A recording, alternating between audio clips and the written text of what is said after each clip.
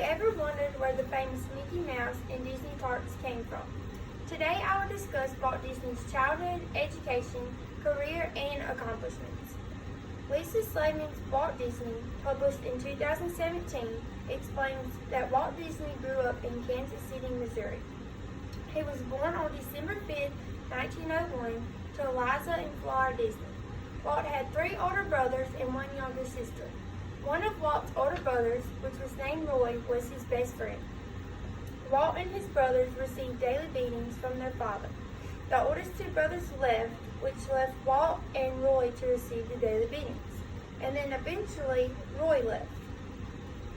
Walt's father owned a newspaper named the Kansas City Morning Times.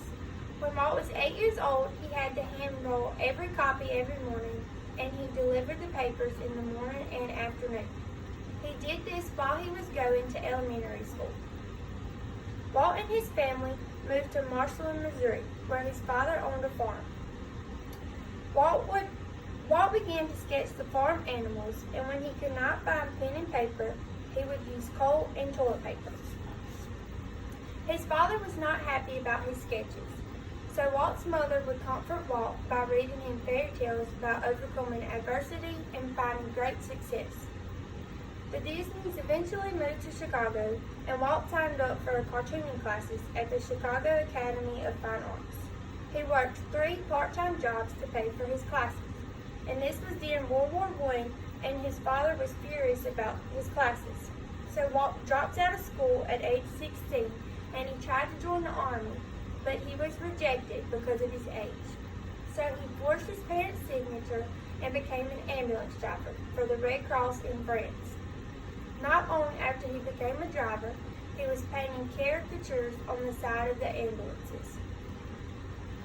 Walt joined his brother after World War I back in Kansas City and found a job that helped him kick off his career. He became a commercial artist where he met Iwerks, and he was also a commercial artist. They started their own business together, and they created Alice in Cartoonland, and their distributor forced them into bankruptcy.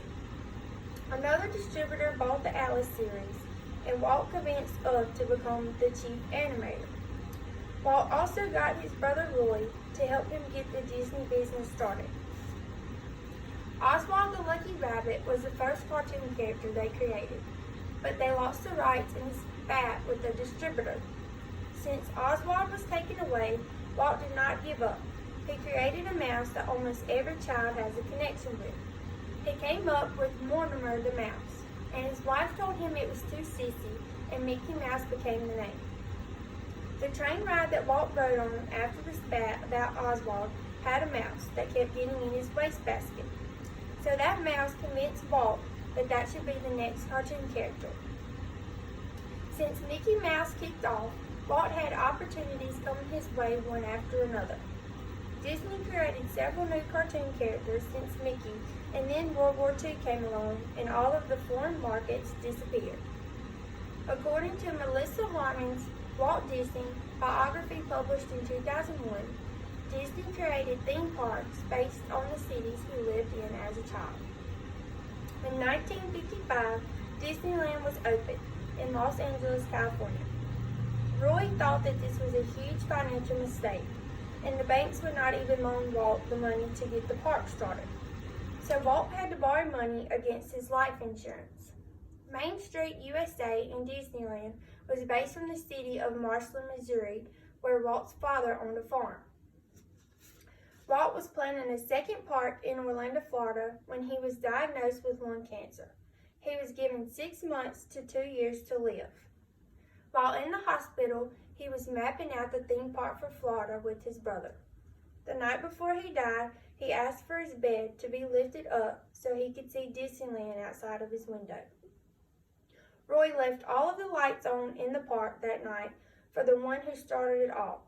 The next morning, Walt died, and Roy worked continuously to bring Walt's last dream come true. Walt Disney had a dream, and he worked willingly his whole life to accomplish that dream. Now children from all over the world come to Disney parks where dreams come true. Today I have discussed Walt Disney's childhood, education, career, and accomplishments.